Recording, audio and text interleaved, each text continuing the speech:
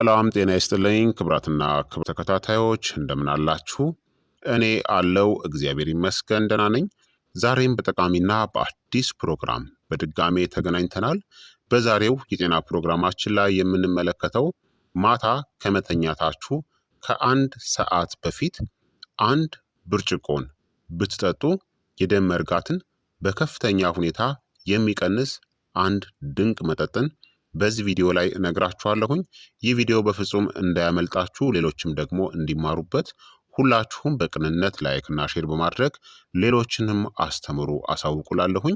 ጥያቄ ካላችሁ ጥያቄያችሁን በኮመንት ላይ አስፍሩልኝ። በቀጥታ ወደ ጤና ትምህርታችን የማልፍ ይሆናል። አንድ እንድታውቁ የምፈልገው ነገር ምንም አይነት መጠጥ ወይም ደግሞ ምግብ ቀድሞ የተፈጠረ የደም መርጋትን ሊያቀልጥ ወይም ደግሞ ሊያጠፋ አይችልም።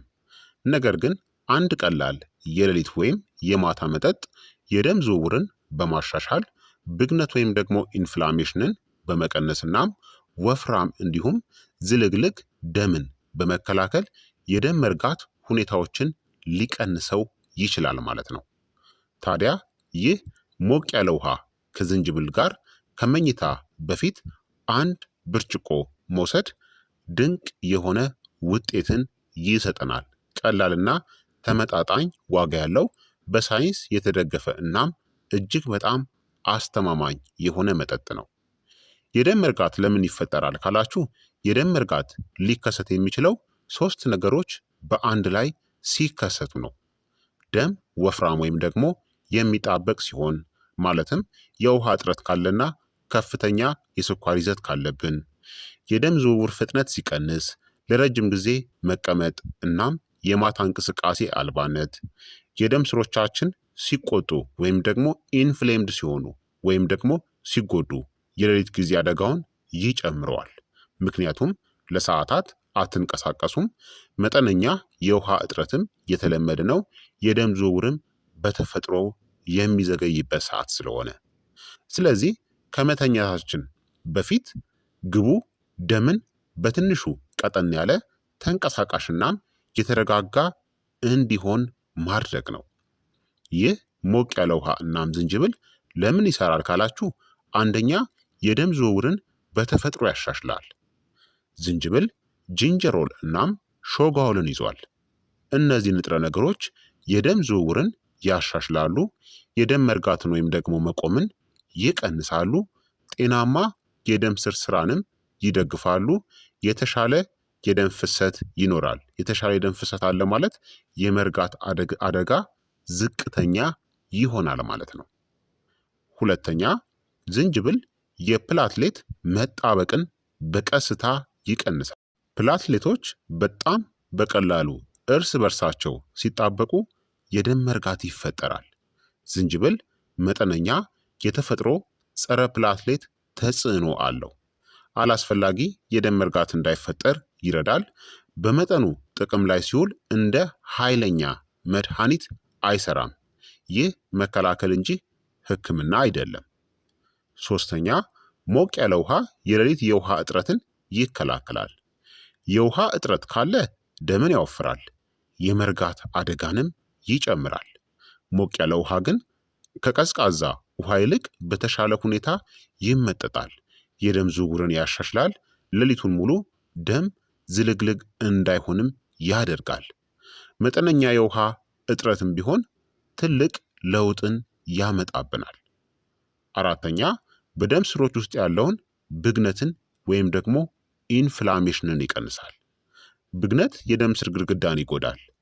ይህ የመርጋት አደጋን ይጨምረዋል። ዝንጅብል የብግነት ወይም ደግሞ የኢንፍላሜሽን ምልክቶችን ይቀንሳል። የተቆጡ የደም ስር ግድግዳዎችንም ያረጋጋል። የናይትሪክ ኦክሳይድን የደም ስር መዝናናትንም ይደግፋል። ታዲያ ለምን ከመኝታ በፊት መሆኑ አስፈላጊ ሆነ ካላችሁ፣ በሌሊት የደም ዝውውር ስለሚዘገይ፣ ለሰዓታት ሳትንቀሳቀሱ ስለምትቆዩ፣ የጥገና ሂደቶችን ይነቃቃሉ። ይህ መጠጥ በእንቅልፍ ወቅት ዝውውርን ይደግፋል። ሰውነት እያረፈ ሳለ በቀስታም ይሰራል። ስኳርን ወይም ደግሞ ኢንሱሊንንም አይጨምርም። ታዲያ እንዴት ይዘጋጃል?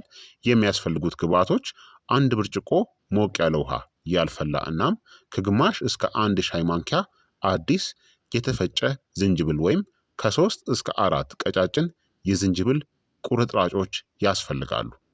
አዘገጃጀቱም ዝንጅብሉን በሞቀ ውሃ ውስጥ ጨምሩት።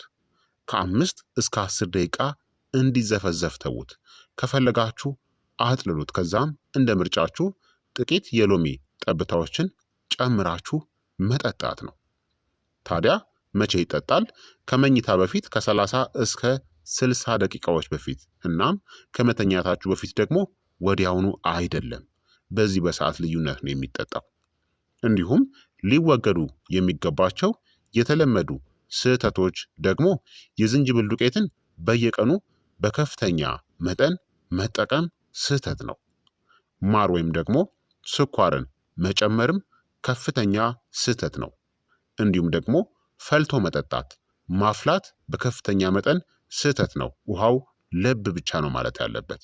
እንዲሁም ከከባድ ምግቦች ጋር መውሰድም ስህተት ነው። እናም ፈጣን ውጤት መጠበቅም ስህተት ነው። ይህ መከላከል ላይ በዝግታ የሚሰራ ነው። ውጤቶቹ ቀስ ብለው የሚታዩ እንጂ በአንድ ሌሊት እንደ አስማት የሚከሰት ውጤት የለም ማለት ነው። ታዲያ መጠጣት በጀመራችሁ ምን ይከሰታል? ከ1 እስከ 2 ሳምንታት ውስጥ የተሻለ የምግብ መፈጨት፣ በእጅ ወይም ደግሞ በእግር ላይ ሙቀት መሰማት፣ ከ3 እስከ 4 ሳምንታት ደግሞ የተሻሻለ የደም ዝውውር፣ የእግር መክበድ መቀነስ፣ ከ2 እስከ 3 ወራት ደግሞ የብግነት ወይም ደግሞ የኢንፍላሜሽን ምልክቶች መቀነስ ይከሰታል ወይም ታስተውላላችሁ ከአኗኗር ለውጥ ጋር ማለት ነው። ታዲያ ጽናት ከብዛት ይበልጣል። ምንጊዜም ጽናት ሊኖራችሁ ይገባል። ምን አይነት ሰዎች ደግሞ ጥንቃቄ ማድረግ አለባቸው? አንዳንድ የጤና ሁኔታዎች ካለባችሁ መጀመሪያ ሐኪማችሁን አማክሩ።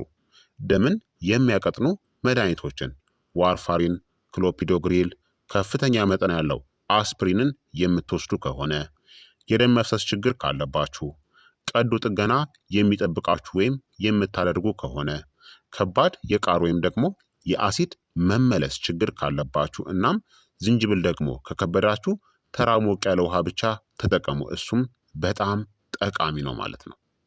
ታዲያ ይህንን መጠጥ የበለጠ ውጤታማ ለማድረግ ከመኝታ በፊት ቀለል ያለ የእግር እንቅስቃሴ ማድረግ፣ ከእራት በኋላ ደግሞ አጭር የሆነ የእግር ጉዞ ማድረግ፣ በቀን ውስጥ ደግሞ በቂ ውሃን መጠጣት፣ የስኳር አጠቃቀማችሁን መቀነስ እንዲሁም አለማጨስ። መጠጡ ይደግፋል፣ የምታደርጉት ልምዶች ግን ይወስናሉ ማለት ነው። በአጠቃላይ የደም መርጋት በአንድ መጥፎ ሌሊት አይመጣም። የሚመጣው በየቀኑ ከሚኖር የደም ውፍረት፣ የብግነት ወይም ደግሞ የኢንፍላሜሽን እናም የዝውውር መገታት ነው።